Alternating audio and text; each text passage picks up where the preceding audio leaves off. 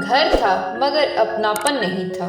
कभी कभी जिंदगी की सबसे बड़ी कमी वो नहीं होती जो हमारे पास नहीं है, बल्कि वो होती है जो हमारे पास है पर उसमें अपनापन नहीं। मेरा नाम संजय है। उम्र अब 60 के पार हो चली है। घर है, बच्चे हैं, पैसे हैं, मगर दिल के अंदर जो सन्नाटा है वो किसी भी दीवार से बड़ा है। कभी ये घर हंसी से गूंजता था, दीवारों पर बच्चों की हंसी गूंजती थी। रसोई में मेरी पत्नी लता की पुकार, संजय दूध खत्म हो गया, लेते आना। और मैं मुस्कुराकर कहता, अरे बच्चों की माँ, तुम्हें तो हर रोज कुछ न कुछ चाहिए। वो दिन अब बस तस्वीरों में बचे हैं। आज वही घर खामोश है, दीवारें हैं, फर्नीचर है, पर आवाजें नहीं।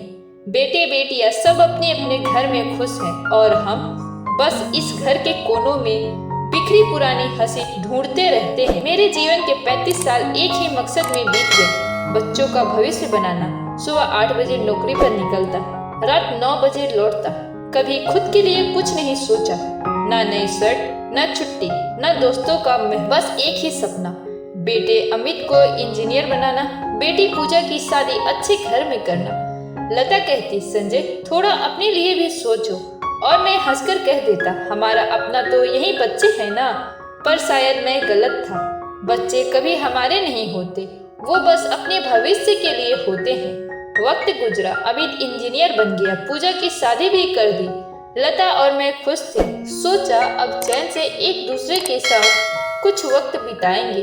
लेकिन शादी के कुछ महीनों बाद ही अमित की नौकरी दिल्ली में लग गई।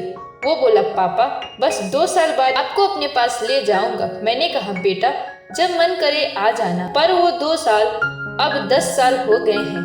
पूजा अपने ससुराल में व्यस्त हो गई। कभी फोन करती है तो बस 2 मिनट में कह देती है, पापा अभी बात नहीं कर सकती, खाना बना रही हूँ। मैं मुस्कुरा देता, पर अंदर से हर बार कुछ टूट जाता है। अब दिन का ज्यादातर वक्त बरामदे में कुर्सी पर बीतता है। लता रसोई में रहती है, कभी बगीचे में पौधों से बातें करती है। हम दोनों अक्सर बात करते हैं, क्या हमारे बच्चे हमें भूल गए? लता कहती है, नहीं संजय, बच्चे व्यस्त हैं, वक्त मिलेगा तो आएंगे। मैं सिर झुका देता हूँ, क्योंकि मैं जानता हूँ वक्त किसी के पास होता है, बस चाहत नहीं होती। रात को कभी फोन बजता है तो दिल धड़क उठता है। शायद अमित का फोन होगा, पर वो किसी बैंक का कॉल होता है या बिजली का बिल। हर उम्मीद टूटती है और आंखें कुछ नम हो जाती है। एक दिन लता बीमार पड़ती है। मैंने अमित को फोन किया, कहा, बेटा माँ को तेज बुखार है। वो बोला, पापा मीटिंग में हो, कल कॉल करता हूँ। कल आया ही नहीं। डॉक्टर बुलाया, दवाई दिलाई। लता थोड़ी ठीक हुई, पर अंदर से टूट गई। उसने धीरे से कहा, संजय जब बच्चे माँ बाप को भूल जाते हैं तो उम्र की कोई दवा काम नहीं करती। उस रात हम दोनों चुपचाप बैठे रहे, ना कोई बात, ना कोई शिकायत, बस खामोशी। वो खामोशी जिसमें कई सालों की तकलीफें दब गई थी। कुछ महीने बाद मुझे भी हार्ट अटैक की तकलीफ हो गई। अस्पताल में भर्ती था। लता अकेली थी। मैंने अमित को फोन किया, बेटा बस 2 दिन के लिए आ जा। उसने कहा, पापा मैं छुट्टी नहीं ले सकता। उस दिन पहली बार महसूस हुआ, मैंने जिस बेटे को चलना सिखाया वो अब रुक कर मेरी तरफ देखना भी नहीं चाहता। डिस्चार्ज के बाद जब घर आया, लता बोली, संजय लगता है अब ये घर सिर्फ रहने की जगह रह गया है, घर जैसा नहीं। मैंने बस कहा, घर तो है मगर अपनापन नहीं। बरसात की शाम थी, बिजली चली गई थी।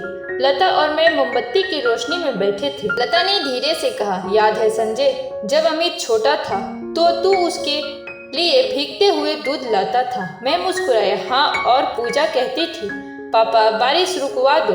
दोनों हंसे, पर आंखों से आंसू बह निकले, क्योंकि अब कोई पापा नहीं कहता, बस यादें हैं जो हर कोने में गूंजती है।